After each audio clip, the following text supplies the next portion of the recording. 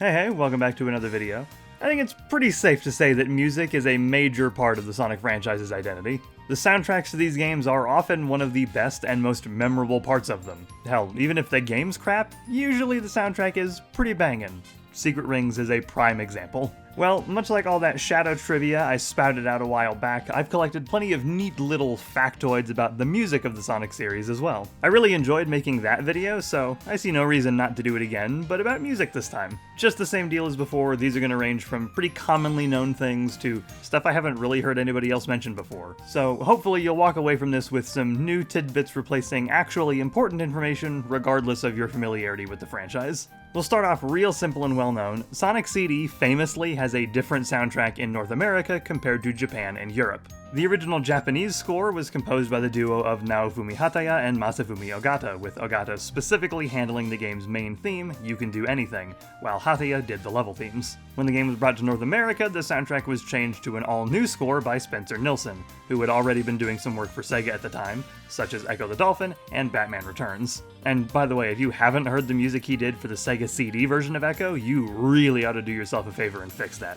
That's good stuff. I don't think there was ever an official reason why the soundtrack got changed, but in an interview with the website Sega 16, Nilsson said he was under the impression that Sega of America wanted something more musically complex and rich, plus a theme song that would work better in marketing, which was what led to Sonic Boom. There's still plenty of debate about which soundtrack is better, but they're both pretty damn solid all around, although I personally prefer the Japanese one. Moving on to another well-known bit, Sonic Rush has easily the most unique soundtrack of the series, thanks to actual musical genius Hideki Naganuma.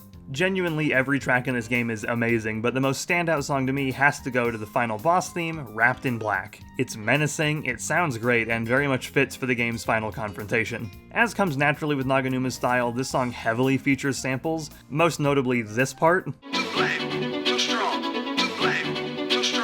which comes from Malcolm X's Message to the Grassroots speech. And that's not even the only time Naganuma's done something like this, because, bonus tidbit, the concept of love from Jet Set Radio sampled a Free Huey speech by Stokely Carmichael. Anyway, Wrapped in Black also contains another sample, this one not from Malcolm X. The voice constantly repeating Wrapped in Black is a sample from Sell Your Soul by the poetry group The Watts Prophets. Incidentally, they're actually saying Rap in Black, not Wrapped in Black, although even knowing that tidbit, I can still hear Wrapped in Black in the song.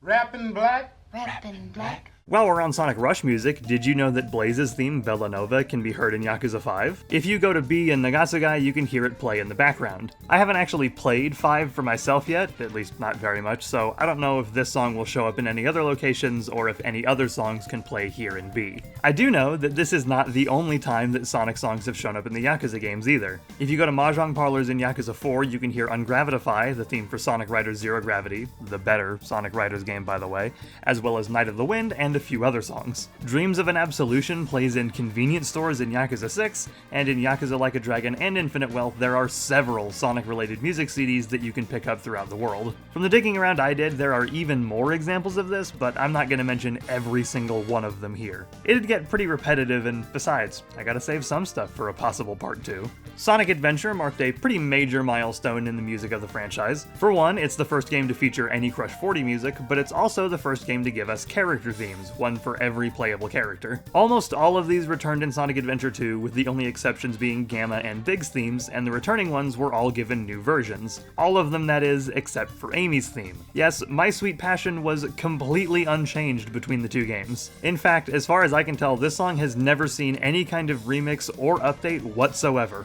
There have been instrumentals and shortened versions that have shown up in spin-offs, but there's never been a complete overhaul of the song like the other ones from Sonic Adventure 1 got. It might genuinely have the record for being the longest lasting song to undergo 0 alterations or remixes whatsoever. And if it turns out I'm wrong about that, then this piece of trivia can just be about how it was the only character theme not to be changed from Sonic Adventure 1 to 2. Speaking of Sonic Adventure 2's incredible music, Shadow's themes in that game are of particular note, not just because of their exceptional quality, but also because of the person singing them. Throw It All Away, Rhythm and Balance, For True Story, The Supernatural, and Supporting Me all feature vocals by Everett Bradley, who is currently a member of Bon Jovi. He'd previously been a session and touring musician for the band before straight up becoming part of their lineup in 2024, performing percussion and backing vocals. Sonic Heroes also features a musician with some interesting connections. Team Chaotix's self-titled theme song was performed by Gunnar Nelson, who, along with his twin brother Matthew, is a member of the rock duo Nelson.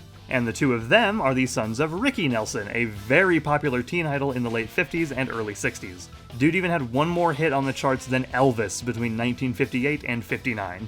And then Ricky Nelson is, in turn, the son of Ozzie and Harriet Nelson, the stars of the show The Adventures of Ozzie and Harriet, which Ricky was also in, by the way. For a time, that was the longest-running live-action sitcom in American TV history, up until It's Always Sunny in Philadelphia beat it out. So yeah, there's a sort of music and entertainment legacy behind that song where Vector says brain damaged. And we're not yet done with very notable musicians who have connections to the Sonic franchise. Let's turn to Sonic and the Black Knight, specifically to the rad-as-hell final boss theme, With Me. Vocals for the song are performed by, and I really hope I pronounced these right, I tried looking around for pronunciations, Emma Gillot and Tina Karlsdotter from the Swedish band All Ends. But the real highlight is the lead guitar work by Marty fucking Friedman, former guitarist for Megadeth. You'll never see me complain about Jun Senoe's guitar work on Crush 40 songs, but there's nothing quite like how the guitar in this specific version of the song sounds. That first riff right at the start of the song is especially good.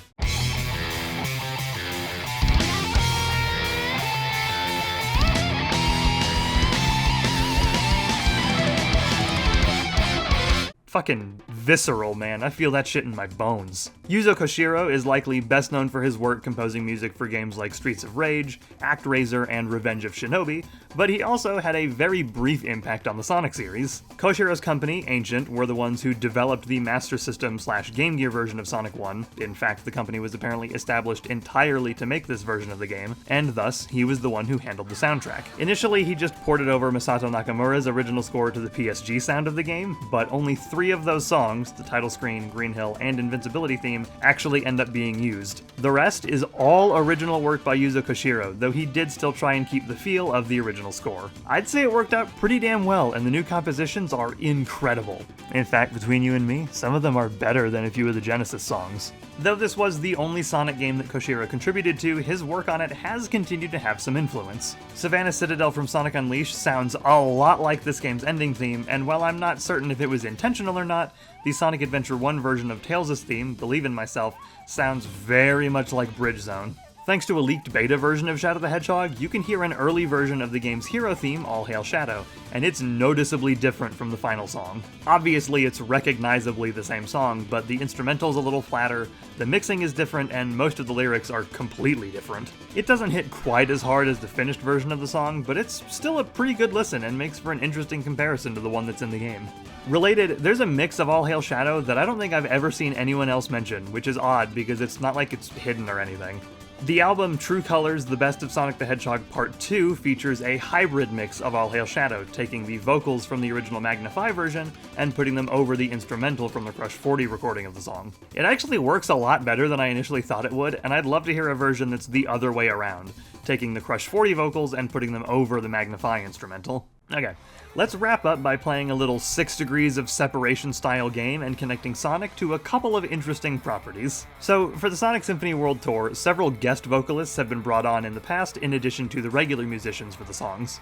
One of these vocalists is Casey Lee Williams, lead singer of OK Goodnight and performer of Without You in Sonic X Shadow Generations: Dark Beginnings. Now, if you know me, you probably know where I'm going with this already. If you don't, then don't worry, because I'm about to get where I'm going with this right now. She's also the main vocalist for the Ruby series, having performed most of the incredibly good music for that series. So, you can connect Sonic to Ruby, but you can also connect it to Arknights, because Casey Lee Williams and her father Jeff Williams performed the song Come to Light, which apparently commemorated the first anniversary of that game's global server. And that's not all, because there's actually an entirely separate way to connect Sonic to these two IPs. Adrian Cohen, lead singer of the band Seven Spires, in addition to also being one of the several Sonic Symphony guest vocalists, has also done songs for both of these series. In Ruby, she first did vocals on the song for Nevermore in Volume 6, alongside Casey Lee Williams, and returned in Volume 7 as one of 4 vocalists on the song War.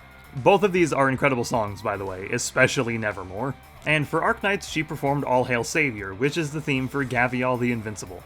I don't really know what that means. I don't actually know anything about Arknights, but I do know that this song fucking rules too. And with that, I think we're done for now. We've gone over a good bit of music-related factoids today, and hopefully you've come out the other end having learned a few new things. There were some tangents, we've been all over the map, I had a lot of fun putting this together, and I hope you enjoyed watching it. Obviously, there are many, many more songs in the franchise, and many, many more bits of trivia. Hell, we really only went over game-related info here, not even touching on the other forms of media the Blue Blur's been in. So there's a non-zero chance we'll return to this specific topic at some point in the future. If you take a peek down in the description, you'll find a link to every single song that I've used in the background of this video, as well as, other standard stuff, links to other things that you might be interested in or not. I'm not going to force anything on you. That'll be it from me. I hope you have a good day, afternoon, evening, whatever time it is for you, and I will see you guys next time.